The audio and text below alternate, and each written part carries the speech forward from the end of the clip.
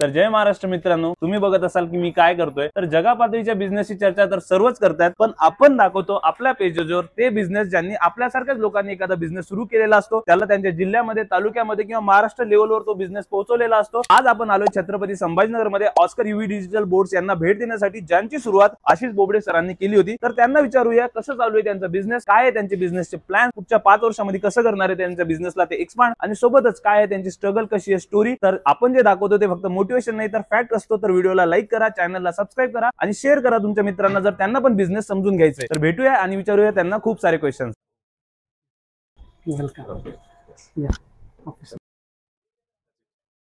High, me Ashish Bobde from Oscar UV digital, Chhatrapati Sambhajinagar. तर sign बोर्डचा business कसा चालतो ही याची तर उत्सुकता तुम्हाला लागलीच असेल, पण मी काय सांगणार तर सांगणार डायरेक्ट आशिष बोबडे सर, आणि समजून घेऊया त्यांच्याकडून साइन बोर्ड बिझनेस कसा चालतो। नमस्कार, आमच्याकडे सुरुवातीला कस्टमर येतात, त्यांचा आपण इथे पहिले त्यांची रिक्वायरमेंट ही पूर्ण बेसिकली समजून घेतो की त्यांना ऍक्च्युअल मध्ये काय हवं आहे, काय नको आहे, त्याचे प्रोज कॉन्स आम्ही त्यांना पूर्ण समजावून सांगतो आणि प्रत्येक डिझाईन वाईज, सेक्शन वाईज आमच्याकडे काम चालतो। त्यांचा ऑर्डर जसं त्यांच्या रिक्वायरमेंट नुसार जसं फायनलाइज होईल त्याच्यानुसार आम्ही काही स्टेप्स मध्ये हे काम डिव्हाइड केलेलं आहे। आपण आपले सेक्शन्स वाईज मी तुम्हाला पूर्ण काम समजावून सांगतो की बेसिकली स्टार्ट टू एंड कशी याची जर्नी आहे ते।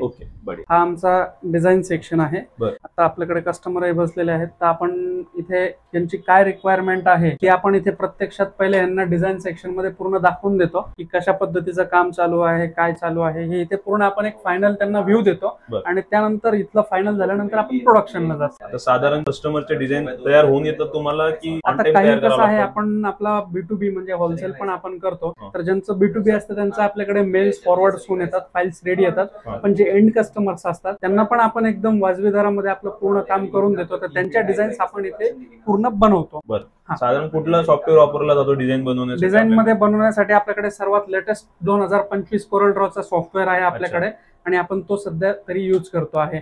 काही फोटोज वगैरे असले तर आपण त्यासाठी फोटोशॉप देखील आपल्याकडे आहे, आपण त्यावर देखील वर्कआउट करतो। एकदा डिझाईनचं सेक्शन फायनल झाला, मग नंतर पुढची प्रोसेस काय असते? पुढची प्रोसेस आहे आपली प्रोडक्शनची। आम्ही जी इथे सिस्टीम अशा पद्धतीने केलेली आहे की कुठल्याही माणसाला कुठेही जाण्याचं काम नाही, right from design to end process up to सगळं आमचं इन हाऊस वर्क चालतं। समजा इथे डिझाईन झाली तर डिझाईन मधल्या माणसाला प्रोडक्शनला जाण्याची गरज नाही, इथनं फक्त आम्ही वर्कशॉपला सर्व अशा पद्धतीची सिस्टम मॅनेज केलेली आहे की फक्त फाईल्स तिथे गेली की फक्त फोन कॉल्स करून सगळे डिटेल्स जातात आणि सगळं प्रोडक्शन चालू होऊन जातं। एकदा डिझायनिंगचं तुमचं जे पण ते कंप्लीट झाल्यानंतर याच्या नंतरची प्रोसेस कुठली असते? याच्यानंतर आपण जातो सरळ प्रोडक्शन मध्ये, प्रोडक्शन आपलं वर्कशॉपला चालू। आता आपण डिझाईन सेक्शन तर झालं की जी आपल्याकडे ऑर्डर फायनल झालेली आहे, आपल्याकडे आता त्याला बनवण्याची ऑर्डर फायनल झालेली, तर त्यानंतर आपली पहिली स्टेप आहे लेझर कट।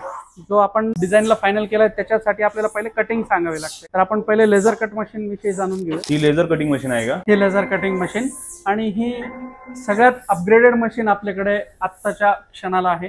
ही ऑटो फोकस मशीन आहे, म्हणजे जे काही आपली प्रिंट जरी असेल तर प्रिंट पण आपल्याला काही मॅन्युअली ऍडजस्ट न करता ऑटोमॅटिकली कॅमेरा सेन्स करून या मशीनद्वारे आपण ती कटिंग करून घेऊ शकतो। तर सगळ्यात पहिली स्टेप आहे की आपण लेझर कट हा प्रोडक्ट करून घेतो। एकदा डिझायनिंग झाली की ही स्टेप आहे की तुम्ही सर्व कट करून घेता? सगळं आपण लेझर कट करून घेतो। हे अक्षर बनवताना, आता हा लेझर कट करतानाचा हा आपला वरचा पोर्शन आहे, याला यानंतर खाली लाईट साठी एक फिमेल पार्ट लागत असतो, ज्याला आपण बेस म्हणतो आमच्या भाषेमध्ये। तर बेस बनवण्यासाठी आपण ह्या मशीनवर बेस कटिंग करतो। फोम शीट आहे ही। तर ही फोम शीट आपण ह्या मशीनवर अशा पद्धतीने कट करून त्यानंतर ह्याला अशा पद्धतीने एक स्वरूप देतो। हे साइडनी वॉल लावून आपण याला पूर्ण बनवून घेतो। यासाठी एक वेगळी मशीन लागते। यासाठी ही आपल्याकडे CNC राउटर आहे। CNC राउटर आपलं 4 फीट बाय 8 फीट, यामध्ये मल्टीपर्पज काम होतात, मंदिरांच्या जाळ्या, इंटेरियरला लागणाऱ्या जाळ्या, अशा वेगवेगळ्या पद्धतीचे काम या मशीन्सवर होतात। जसं की आजकाल तुम्ही बघतच असाल मंदिरांचा कॉन्सेप्ट जो लेटेस्ट मध्ये MDF PVC मध्ये होतोय, तर तो सुद्धा याच मशीनवर आपण बनवतो। टोटल किती मशीन्स लागतात असे हेवी क्वालिटीच्या, या घरभर लागणाऱ्या मशीन एवढ्या किती लागतात याला? बेसिकली याला एक 4 ते 5 अशा मशीन्स आहेत की त्या कंपल्सरी असणं गरजेचं आहे जर तुम्ही या बिझनेस मध्ये उतरण्यास इच्छुक असाल तर। आणि तुम्ही फ्रँचायझी वगैरे पण ऑफर करताय का तुमच्या बिझनेसची? आपला फ्रँचायझी मॉडेलवर वर्किंग करणं चालू आहे। जर कोणी इच्छुक असेल तर नक्कीच आपल्याला ते संपर्क करू शकतात की त्यांना आपण गाईड पण करू की काय पद्धतीने करायचं आहे। फक्त बोर्ड नाही तर बोर्डचा बिझनेस करायचा तुमचा जर प्लॅन असेल तर तुम्ही त्यांना भेटू शकता, त्यांचे डिटेल्स वगैरे मी डिस्क्रिप्शन मध्ये टाकून देईल। आपण मागच्या सेक्शन मध्ये बघितलं की आता लेझर कट झालेला आहे, आता आपल्याकडे हे लेझर कट झालेला अक्षर आहे, तर आपण आता बघूयात की याला लाईट साठी 3D बनवावं लागतं, तर 3D कशा पद्धतीने बनतं। तर आपण बघू शकता ह्या मशीनवर आपण यामध्ये 2 पद्धतीने आपण याला 3D करू शकतो, एक तर मॅन्युअली करू शकतो आणि एक मशीननी करू शकतो. आपल्याकडे मशीन्स आहे, त्यामुळे आपण लेटेस्ट पद्धतीने मशीनद्वारे ऑटोमॅटिकली पूर्ण याला एम्बॉस करतो. आता ह्या मशीनला आपण जे आहे तर कमांड दिलेली आहे आणि अशा पद्धतीने इकडनं पूर्ण आपल्याला जे हवी तशा पद्धतीचे बेंडिंग निघून हे पूर्ण आपल्याला नंतर मॅन्युअली असेंबली करावी लागते. आता आपण बघू शकता इथे याची मोल्डिंग आपण काढलेली आहे आणि हे अशा पद्धतीने बनवतो आहे सर्व आहे. आणि बनवून झाल्यानंतर आपण बघू शकतो, बनवून झाल्यानंतर हे अक्षर अशा पद्धतीने दिसतं. हे आपण पूर्ण याला संपूर्ण पद्धतीने स्टिक करून घेतले. हा आपला लेझर कट पार्ट आणि ही आपली 3D करण्यासाठीची वापरलेली पट्टी. ही आपली सेकंड स्टेप. आता आपण बघितलं की आपले लेटर्स पण 3D होऊन रेडी आहेत, बेंडिंग होऊन रेडी आहेत. बेस आपण आधी रेडी केलेले होते. आता नेक्स्ट स्टेप आहे आपली LED लावण्याची, ज्याला आपण इल्युमिनेट करतो. तर त्याच्यासाठी आपल्याला बघायचं आहे की याच्यात लाईट्स आपण कशा लावतो. तर आपल्याकडे साधारणतः त्या पद्धतीने मॉड्यूल्स असतात. आपण हे मॉड्यूल्स आपले 5 years warranty, 3 years warranty as per customer requirement आपले हे मॉड्यूल्स आपण त्यामध्ये फिट करतो. आणि आता तुम्ही बघू शकता इथे जसं की LED लावणं चालू आहेत. LED लावल्यानंतर आपण याची जागेवरच वायरिंग वगैरे करून घेतो आणि नंतर हे प्रोसेस सगळं इन्स्टॉलेशनला जातं. अच्छा, हा, ओके, बढिया. हा आपला प्रिंटिंग युनिट आहे. इथे आपल्याकडे किती युनिट आहेत आपले, म्हणजे आपल्याकडे डिझाईन पासून इन्स्टॉलेशन पर्यंत जेवढे काही लागणार आहे ते सगळे युनिट आपल्याकडे इन हाऊस आहे. ऍक्रिलिक कटिंग, लेझर कटिंग, बेंडिंग किंवा प्रिंटिंग. प्रिंटिंग आपले कशावरही आपण प्रिंट करू शकतो. ऍक्रिलिक वर प्रिंट करू शकतो, ग्लासवर प्रिंट करू शकतो, ACP शीट्स वर प्रिंट करू शकतो. Any type of flat material up to 60 mm आपण प्रिंट करू शकतो. आणि आपल्याकडे सध्या सगळ्यात लेटेस्ट मशीन आपल्याकडे अवेलेबल आहे. आता हे 3 युनिट आपण ऑलरेडी पाहिलेले आहेत आणि समोर दाखव एकदा. हे समोर स्वस्तिक पण आपलाच एक युनिट आहे. हो, स्वस्तिक पण आपलंच युनिट आहे. अख्खा संभाजीनगर मध्ये फक्त एकच नाव, ऑस्कर UV डिजिटल. हे आपलं प्रिंटिंगचं युनिट आहे. अच्छा. पण इथे आपल्याकडे सगळ्यात लेटेस्ट UV मशीन्स अवेलेबल आहे. आता आपण बघितले की बाकीचं लेटर्सचं वर्किंग कसं होतं, पण त्यावर जे काही इफेक्ट्स आपण प्रिंटिंग द्वारे देतो तर ते आपण या मशीन द्वारे प्रिंट करतो. ही UV मशीन आहे,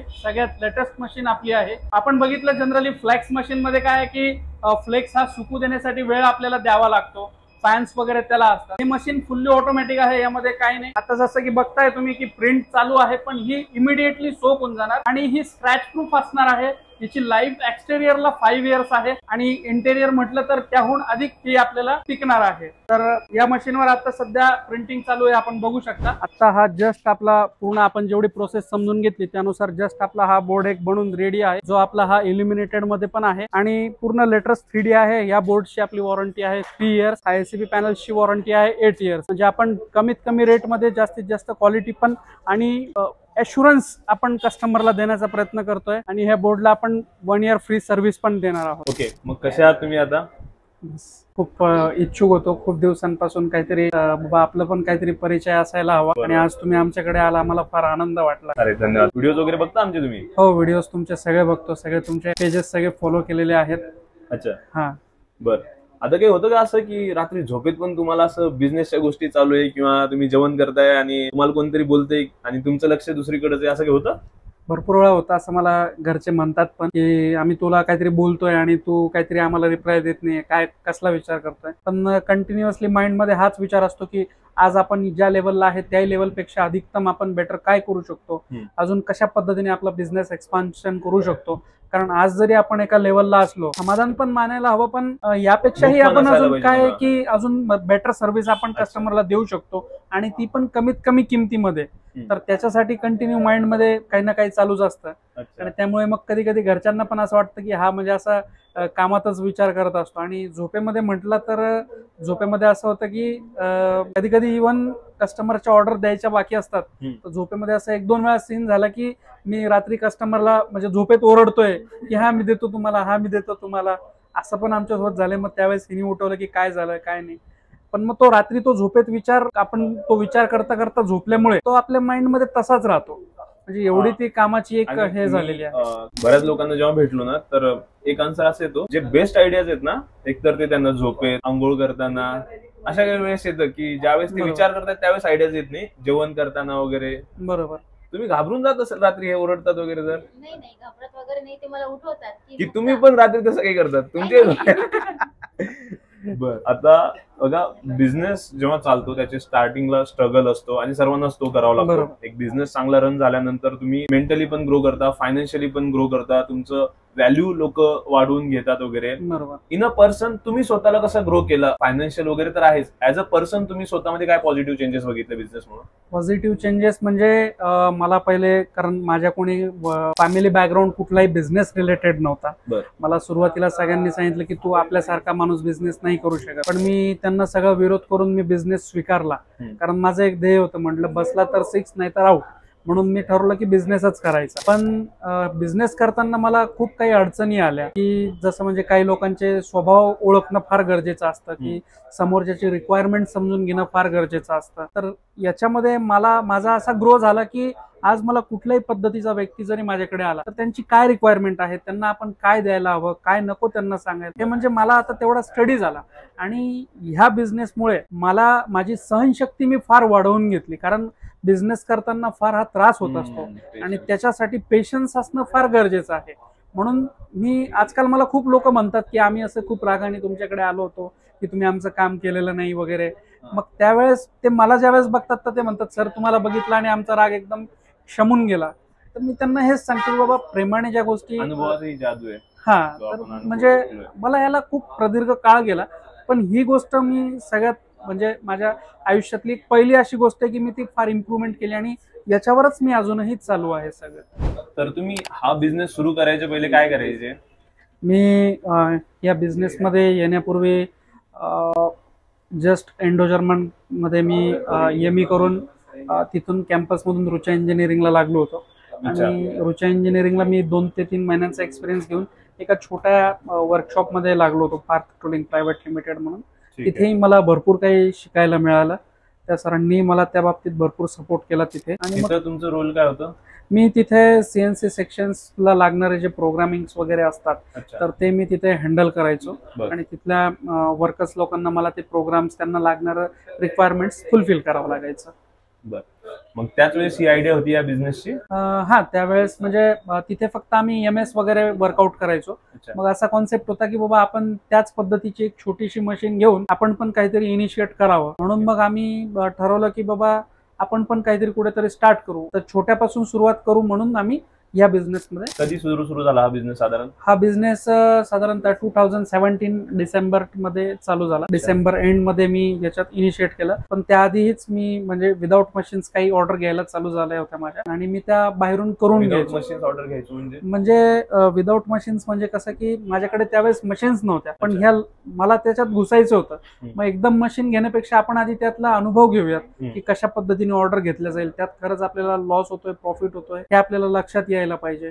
म्हणून मी मशीन ज्यावेळेस नव्हत्या त्यावेळेस स्वतः फिरून मार्केटिंग करून मी काम घ्यायचो आणि ते काम लोकांकडून करून घ्यायचो, जे ऑलरेडी थर्ड पार्टी वगैरे मी करून घ्यायचो.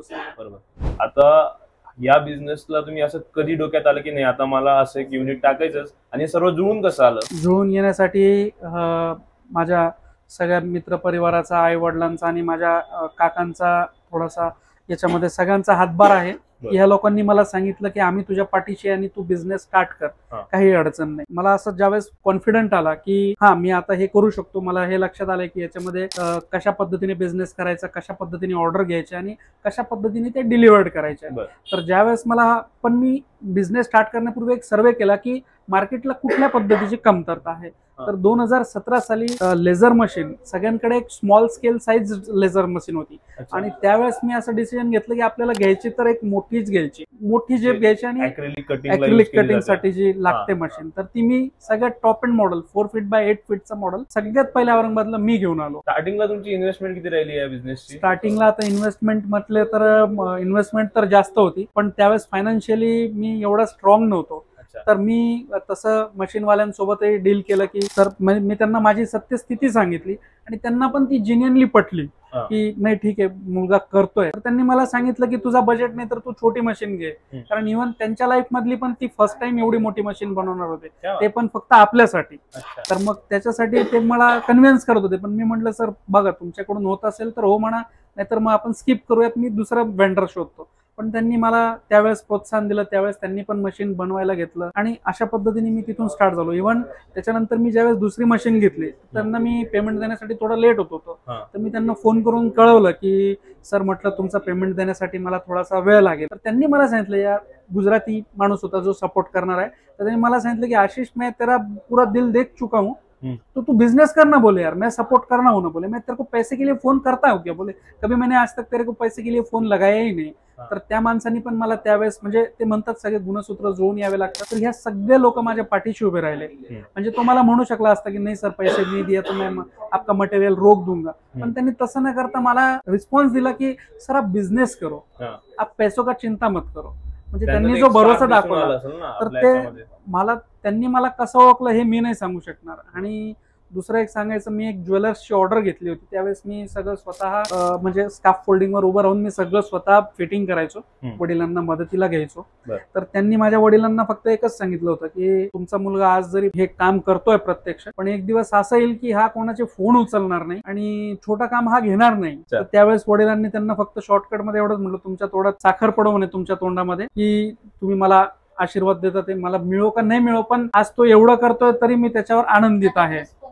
आता तुम्ही सांगितलं की फोन उचलायला टाइम नाही, आणि मी पण फूड इंडस्ट्रीत असल्यामुळं बरोबर माझा चांगलाच कॉन्टॅक्ट येतो या बिझनेस बद्दल. बरोबर. मला पर्सनली या बिझनेस म्हणजे काय म्हणता आवड होती, तर फोन उचलत नाही ही तर ऍक्च्युअल मध्ये एक प्रॉब्लेम आहे, त्याचे भरपूर कारण आहेत. बरोबर. तर तुम्ही सांगा ते कुठले कुठले कारण आहेत. जसं तुम्ही सांगितलं तो एक असा कारण त्यांना हे दाखवायचं होतं की आज जो मुलगा या लेवलचा एक टाइम याची लेवल एवढी वाढल, बरोबर. पण भरपूर लोक फोन नाही उचलू शकत आहे, तर त्याचे पुन्हा कुठले कारण असतात. आता फोन उचलण्याचे कसे आहेत की बेसिकली भरपूर वेगवेगळ्या पद्धतीचे कारण आहेत. सपोज आपण ज्या नवीन कस्टमरचं काम एखादं जर स्वीकारतोय, पण त्याआधी आपल्याला हे पण चेक करावं लागतं की आपल्याकडच्या जेवढ्या ऑर्डर्स आहेत त्या परिपूर्ण झालेल्या आहेत का, आपण नवीन ऑर्डर घेण्यास आता सक्षम आहोत का. कारण आपल्याकडे लोड जेवढा आहे तेवढा पूर्ण जर झाला तर आपण नवीनची रिक्वायरमेंट ऍक्सेप्ट करू शकतो. कधी कधी काय होतं की आपण कुठेतरी साईटवर एखाद्याला काहीतरी एक्सप्लेनेशन देत असतो, तर त्यावेळेस पण आपण फोन उचलत नाही. आता राहिला प्रश्न की ज्यांचे आपण कामं करून झालेले आहेत आणि ज्यांचा सर्व्हिससाठी फोन येतो आहे, आता याच्यामध्येही काय आहे की काही लोकांचं ज्यांचं काम आपण पूर्ण करून देतो, पण त्यांचं पेमेंट आपल्याला परिपूर्ण आलेलं आहे का हे पण आपण बघतो.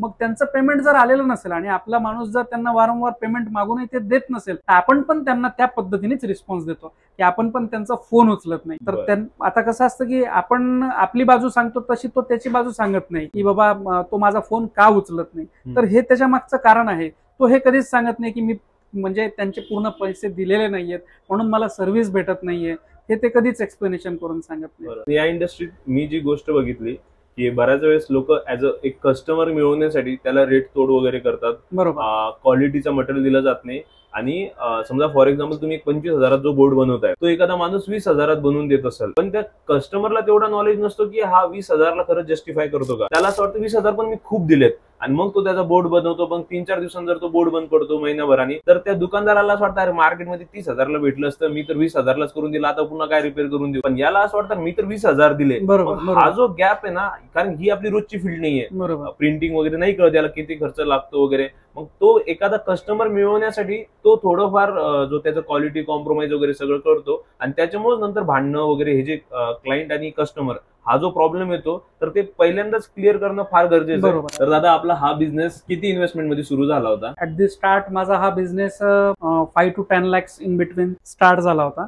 आणि त्यावेळेस माझ्याकडे पूर्ण अमाऊंट नसल्यामुळे मी पण थोडीशी फायनान्शियली माझ्या काकांकडनं मदत घेतली, आणि त्यांनी ती मला त्यावेळेस पुरवली. कारण कोणाला मदत करता येणे हा पण एक खूखूप मोठा हे असतो की त्याला पण खूप मोठं काळीज लागतं, आणि त्यावेळेस त्यांनी मला जो काही सपोर्ट केला त्यामुळे आज मी पूर्ण इथे आहे.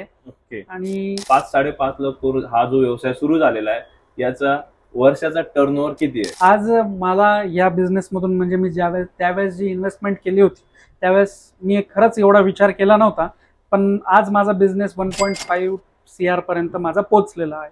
क्या बात आहे. एक युवकाने ज्याला त्याचा बॅकग्राऊंड पण नव्हता तो, आणि एक छोट्याशा इन्व्हेस्टमेंटवर ते पण लोकांकडून मदत घेऊन त्यांनी ट्रस्ट दाखवला, ती पण एक मोठी गोष्ट आहे. पण तो बिझनेस आज 1 ते 1.5 करोड पर्यंत पोहोचवलाय, हे ऍक्च्युअली मध्ये एक टाळीसाठी गोष्ट आहे. अशी कुठली क्वालिटी आहे तुमच्यामध्ये की ज्याच्यामुळे तुम्हाला असं वाटतं की हा बिझनेस मी ग्रो केलाय, असं हक्काने म्हणू शकता की ही माझी क्वालिटी आहे, याच्यामुळे हा बिझनेस एवढा पुढे आलाय. मी कुठलाही नवीन जरी कस्टमर माझ्याकडे आला की ज्याला अगदी फक्त एवढंच डोक्यात घेऊन येतो की मला बोर्ड बनवायचा आहे, पण किती खर्च लागेल किंवा हे कशा पद्धतीने बनला जातो, तर मी त्याला पूर्ण प्रोसेस अगदी डिटेलमध्ये समजून सांगतो. कारण समोरच्याला जरी माहिती नसेल पण आपण त्याला पूर्ण माहिती देणं गरजेचं आहे. कारण की त्याला किती खर्च जातोय हे त्याला कळलं पाहिजे, काय आपण त्याला क्वालिटी देतोय हे त्याला आपल्याला जोपर्यंत आपण सांगत नाही तोपर्यंत हे लोकांच्या लक्षात येत नाही. तर मी काय आहे शून्यापासून त्याला सगळं समजावून सांगतो की जेणेकरून त्याला लक्षात येतं की हा एवढ्या रुपयांमध्ये एवढी क्वालिटी देणार, आणि हे मी टेक्निकली असल्यामुळे मला हे पूर्ण समजावून सांगता येतं. तर माझ्याकडे ती एक क्वालिटी आहे आणि माझा प्रत्येक प्रोडक्ट हा मार्केटपेक्षा कमी रुपयांमध्ये मी त्यांना उपलब्ध करून देतो.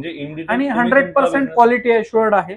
आपण 100% त्यांना क्वालिटीत कुठल्याही पद्धतीचं कॉम्प्रोमाइज करत नाही. आणि कस्टमरमध्ये विशेष म्हणजे जोपर्यंत पेमेंट हा एक वेगळा भाग आहे, पैसा हा एक वेगळा भाग आहे, पण काय असतो की कस्टमर जोपर्यंत सॅटिस्फाईड होत नाही तोपर्यंत आपण सगळं करणं गरजेचं आहे. आता खूप माझं एका कस्टमरचं उदाहरण मला देऊ इच्छितो. मी एक नेत्रालयाचं काम केलं होतं, तर त्या सरांचं म्हणणं होतं की आशिष मला थोडासा बोर्ड म्हणजे मी अजून पण कन्फ्युज आहे की कलर कुठला घ्यावा काय घ्यावा. मग त्यांनी मला सांगितलं की नाही आशिष मला थोडासा बोर्ड बदलून हवाय. तर मी त्यांना त्यावेळेस तो बोर्ड म्हणजे विदाऊट एनी कॉस्ट बदलून दिला. तर ते मला आज पण म्हणतात, मला नंतर त्यांनी त्याचं पेमेंट पण दिलं, असं नाही की पेमेंट नाही दिलं, पण त्यांनी मला हे विचारलं की आशिष तुला असं वाटलं नाही का की सरांना तर आपण पैसे मागू शकणार नाही, मग तरी तू तयार झाला चेंज करून देण्यासाठी. पण कस्टमर सॅटिस्फाईड करणं, कारण कस्टमर सॅटिस्फाईड झाल्यावर आपल्याला जे मनाला एक आनंद मिळतो तो फार वेगळा असतो. म्हणजे ते पैशांमध्येही आपण मोजू शकत नाही. तर ती एक खूप मजा वेगळी असते ती. म्हणून मला माझा असं स्वतःवर आत्मविश्वास आहे की मी जोपर्यंत कस्टमर सॅटिस्फाईड होणार नाही तोपर्यंत मी त्याच्यासोबत वर्कआउट करत राहील. वळूया मॅम कडे. मॅमला या बिझनेस बद्दल क्वेश्चन विचारूया, कारण की तुमच्या खांद्याला खांदा लावून या बिझनेस मध्ये तुमच्या सोबत आहे. आणि ही एक खूप चांगली गोष्ट आहे, कारण मी प्रत्येकाने क्वेश्चन विचारतो की फॅमिली आणि बिझनेस, कारण की किती बिझनेसच्या 10 गोष्टी जरी सॉल्व्ह करता आल्या पण हे फॅक्ट आहे की बऱ्याच वेळेस फॅमिली गोष्टी प्रायोरिटी नाही देत आहेत. तो अशा काही अडचणी असतात की जो फाउंडर असतो तो त्याच्या कामातच असतो पण घरच्यांना वेळ देता येत नाही.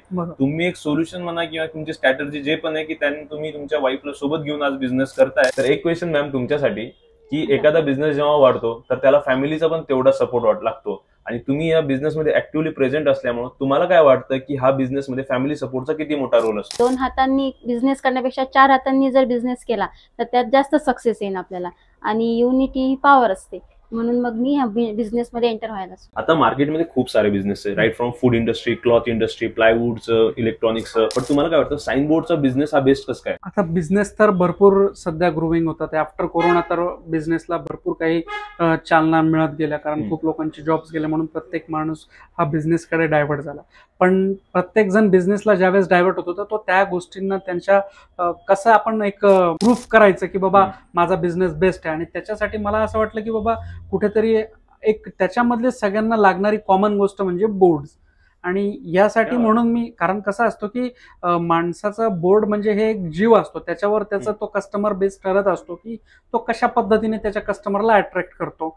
म्हणून मी असं मानतो की ती एक डोक्यावरची टोपी असते, कारण तुम्ही कोणता जरी पेहराव केला पण तुमच्या टोपीवर एक तुमची काय आहे काय नाही ती किंमत ठरल्या जाते. म्हणून मी असं म्हणतो की ही एक टोपी आहे.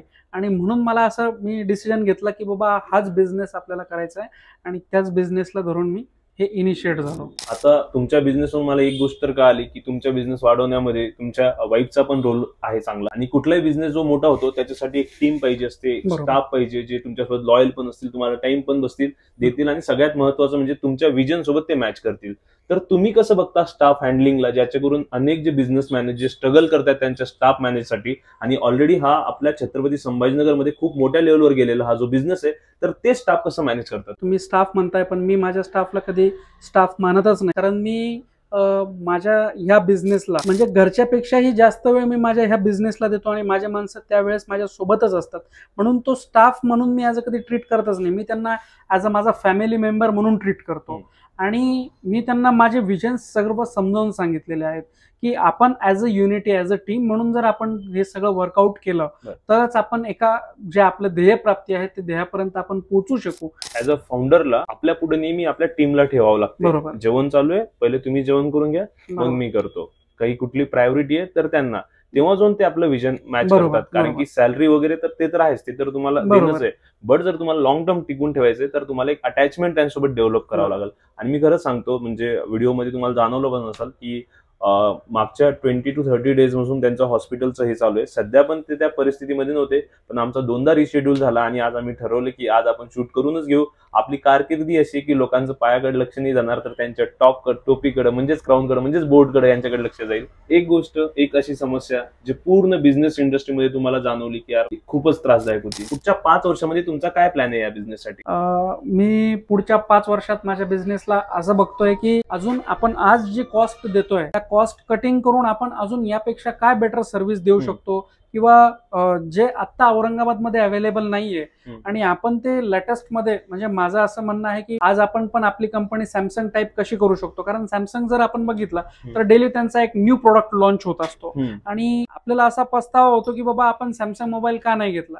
तर पुढच्या 5 वर्षात आम्ही पण असं म्हणजे स्वप्न बघतोय की प्रत्येकाला असं वाटलं पाहिजे की आम्ही आशिष सरांकडून का बोर्ड बनवला नाही. ती प्रोडक्ट पण आम्ही कमी किमतीमध्ये जास्तीत जास्त लेटेस्ट प्रोडक्ट्स आम्ही कस्टमरला विथ गुड क्वालिटी अश्युरन्स कसा प्रोव्हाइड करू शकतो. तर हा पूर्ण व्हिडिओ आशिष बोबडे सरांचा आणि त्यांचा बिझनेस ऑस्कर युव्ही डिजिटल. तुम्हाला हा बिझनेस आणि यांची बिझनेस जर्नी कशी वाटली तुम्ही कॉमेंटमध्ये सांगू शकता. आणि सोबतच तुम्हाला जर बिझनेस रिलेटेड काही क्वेश्चन्स असतील, तुम्हाला काही ऑर्डर्स द्यायचे असतील, तुम्हाला तुमचा बोर्ड बनवायचा असेल किंवा या बिझनेसला इन डिटेल समजून घ्यायचं असेल तर तुम्ही त्यांच्याशी डायरेक्ट कॉन्टॅक्ट करू शकता. त्यांचा ऍड्रेस आणि त्यांची कॉन्टॅक्ट डिटेल मी डिस्क्रिप्शन मध्ये सांगतो. आणि व्हिडिओ तुम्हाला कसा वाटतोय, आमच्यासोबतचं बोलायला वगैरे कसं वाटलं तुम्हाला? भरपूर दिवसांचा प्रयत्न करत होतो की कुठेतरी आमच्या पण जर्नीचा व्ह्यू घेतला गेला पाहिजे आणि आज तुमच्या माध्यमातून आम्ही फर्स्ट टाइम कुठेतरी आमचा व्ह्यू आम्ही शेअर करतोय.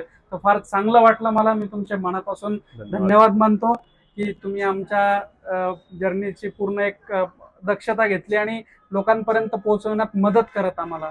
थँक्यू. आणि मी आता हे व्हिडिओसाठी तर पर्सनली सांगतो की जेव्हा पण मी व्हिडिओ बिझनेसला भेट देत असतो, पण यांना भेट दिल्यानंतर ते माझ्यासाठी पण थोडंसं इन्स्पायरिंग होतं. मला सुद्धा इन डिटेल जाणून घ्यायचं असतं. तर साधारण आम्ही जेवढा वेळ लावतो त्याच्यापेक्षा 4 पटीने आम्ही जास्त या बिझनेससाठी टाइम घालवलाय, पण तो आम्हाला पूर्णपणे वर्थ इट वाटला. आणि तुम्हाला पण जर व्हिडिओ हा वर्थ इट वाटला असेल तर या व्हिडिओला नक्की शेअर करा. थँक्यू.